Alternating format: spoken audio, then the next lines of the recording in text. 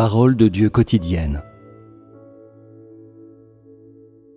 Lorsque tu t'équipes pour la vie, tu dois te concentrer sur les paroles de Dieu qu'il te faut manger et boire.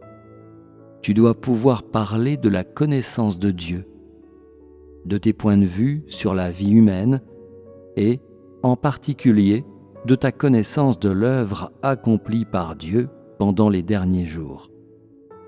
Puisque tu cherches la vie, tu dois t'équiper de ces choses. Lorsque tu manges et bois les paroles de Dieu, tu dois comparer la réalité de ton propre état avec elles. C'est-à-dire, lorsque tu découvres tes lacunes au cours de ton expérience réelle, tu dois être capable de trouver un chemin de pratique, de tourner le dos à tes motivations et notions incorrectes. Si tu tends toujours vers ces choses et que tu consacres ton cœur à les acquérir, alors tu auras un chemin à suivre. Tu ne te sentiras pas vide et ainsi tu réussiras à maintenir un état normal.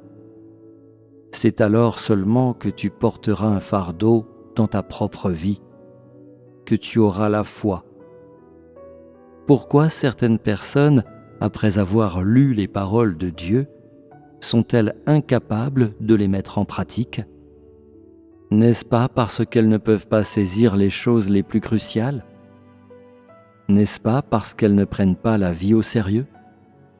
Elles ne peuvent pas saisir les choses cruciales et n'ont aucun chemin de pratique, parce que lorsqu'elles lisent les paroles de Dieu, elles sont incapables de voir un rapport entre elles et leur propre état, incapables aussi de maîtriser leurs propres états. Certaines gens disent « Je lis les paroles de Dieu et j'y vois un rapport avec mon état. Et je sais que je suis corrompu et de mauvais calibre.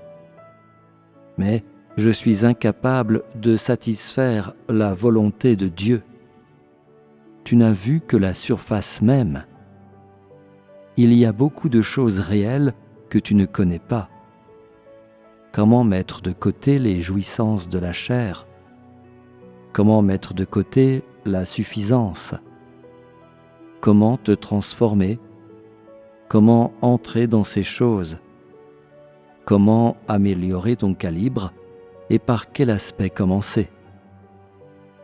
Tu ne saisis que certaines choses à la surface et tout ce que tu sais, c'est que tu es en effet très corrompu.